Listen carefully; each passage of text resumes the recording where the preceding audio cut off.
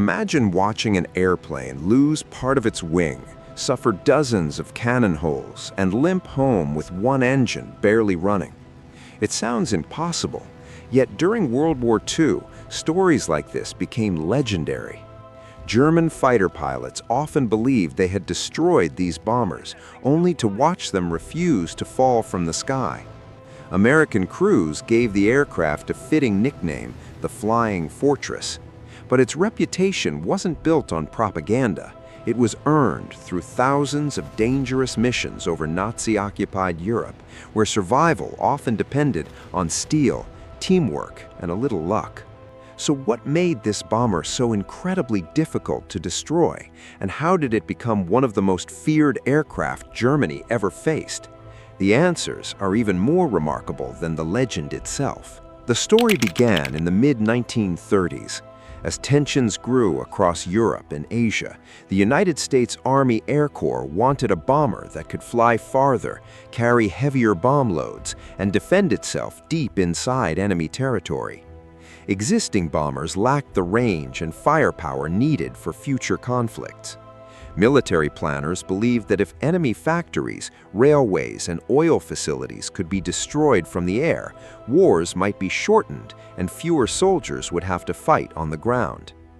Boeing answered the challenge with the Model 299, which first flew in 1935. Although the prototype crashed during testing because of pilot error, its performance impressed military officials enough to continue development. The result became the B-17 Flying Fortress. Powered by 4 Wright Cyclone radio engines, it promised something revolutionary: a heavy bomber capable of flying high above enemy defenses while protecting itself with multiple machine guns. It represented a bold new approach to strategic bombing, and before long, the world would discover exactly what it could do. When America entered World War II after the attack on Pearl Harbor in December 1941, the B-17 quickly became one of the most important aircraft in the European theater. Flying from bases in England, its crews faced some of the most dangerous missions of the entire war.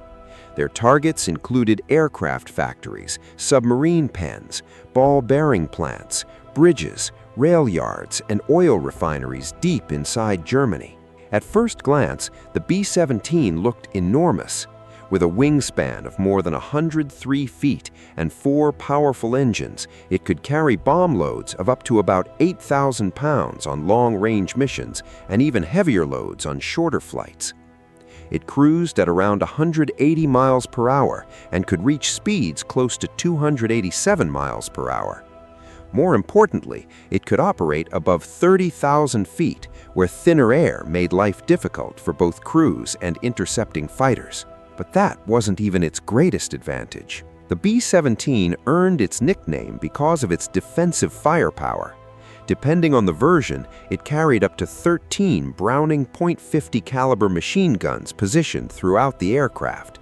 Guns covered the nose, top, belly, waist, tail, and sides, creating overlapping fields of fire. Any German fighter attacking the bomber risked entering a deadly crossfire. The enemy quickly realized that attacking a single flying fortress was dangerous enough. Attacking an entire formation could be terrifying. American bombers flew in tightly organized combat boxes so that dozens of machine guns could defend the group together. German pilots often had only seconds to fire before facing a storm of bullets. However, there was one major problem. No amount of machine guns could guarantee safety. German fighters adapted with head-on attacks and heavier weapons, including 20 and 30 millimeter cannons capable of tearing apart bombers with only a few hits. Anti-aircraft guns, known as flak, filled the skies with exploding shells that sent deadly metal fragments through aircraft. What happened next shocked everyone. Instead of disappearing from the skies, many damaged B-17s somehow returned home. Crews repeatedly landed aircraft missing large sections of tail surfaces, riddled with hundreds of holes, or operating on only 1 or 2 engines. The aircraft's rugged aluminum structure, Redundant control systems and air-cooled radial engines all contributed to its remarkable survivability. Unlike liquid-cooled engines, radial engines could sometimes keep running even after taking significant battle damage. One of the most famous examples involved the B-17 All-American in 1943. During a mission over North Africa, a German fighter collided with the bomber, nearly severing its tail. The damage looked catastrophic, yet the crew managed to keep the aircraft under control and safely landed it, astonishing everyone who saw it. Another legendary aircraft, Olde Pub, became famous during a bombing mission over Germany in December 1943.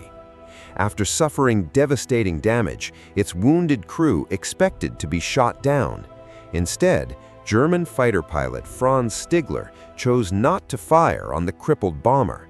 Recognizing the condition of the aircraft and its struggling crew, he escorted it away from danger before turning back.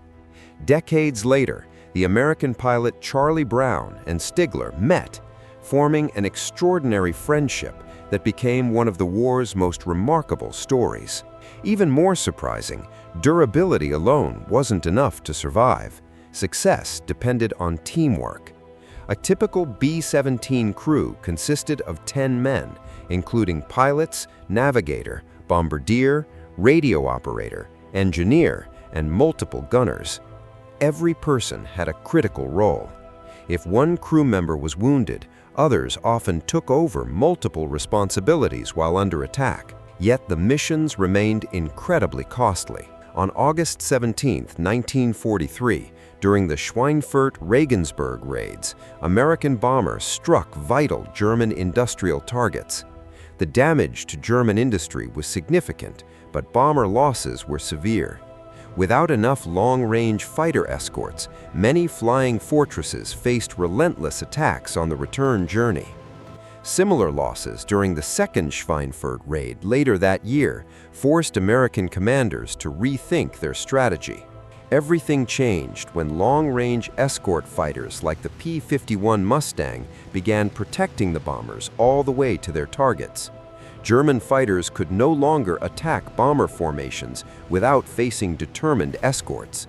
Combined with the relentless bombing campaign, Germany's aircraft production, fuel supplies, and transportation networks came under increasing pressure throughout 1944 and early 1945.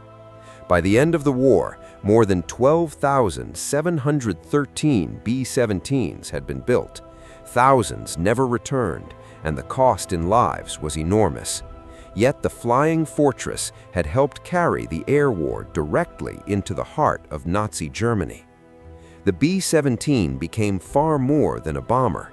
It proved that strategic air power could reach deep into enemy territory, even under extremely dangerous conditions. Its missions weakened German industry, forced the Luftwaffe into costly battles, and supported the Allied advance across Europe. While historians continue to debate the overall effectiveness of strategic bombing, there is little disagreement about the courage of the crews who flew these missions day after day. The aircraft also influenced future bomber design. Engineers studied its strengths, its vulnerabilities, and its ability to survive extraordinary punishment. More importantly, the flying fortress became a symbol of endurance. It represented ordinary young men facing extraordinary danger with discipline, skill, and remarkable determination. Even today, restored B-17s flying at air shows remind audiences of an era when survival often depended on the strength of both machines and the people inside them. Every dent, every repaired panel, and every scar tells a story that statistics alone never could. The B-17 flying fortress wasn't invincible. Thousands were lost, and many crews never came home. But its ability to absorb damage, defend itself, and continue fighting made it one of the most legendary aircraft of World War II. It earned the respect of Allied airmen and the attention of German pilots who knew that bringing one down was never easy. Would you have trusted your life to a flying fortress on a mission over occupied Europe? And which legendary World War II aircraft should we explore next? If you enjoyed this story, don't forget to like, subscribe, and join us for more incredible World War II history.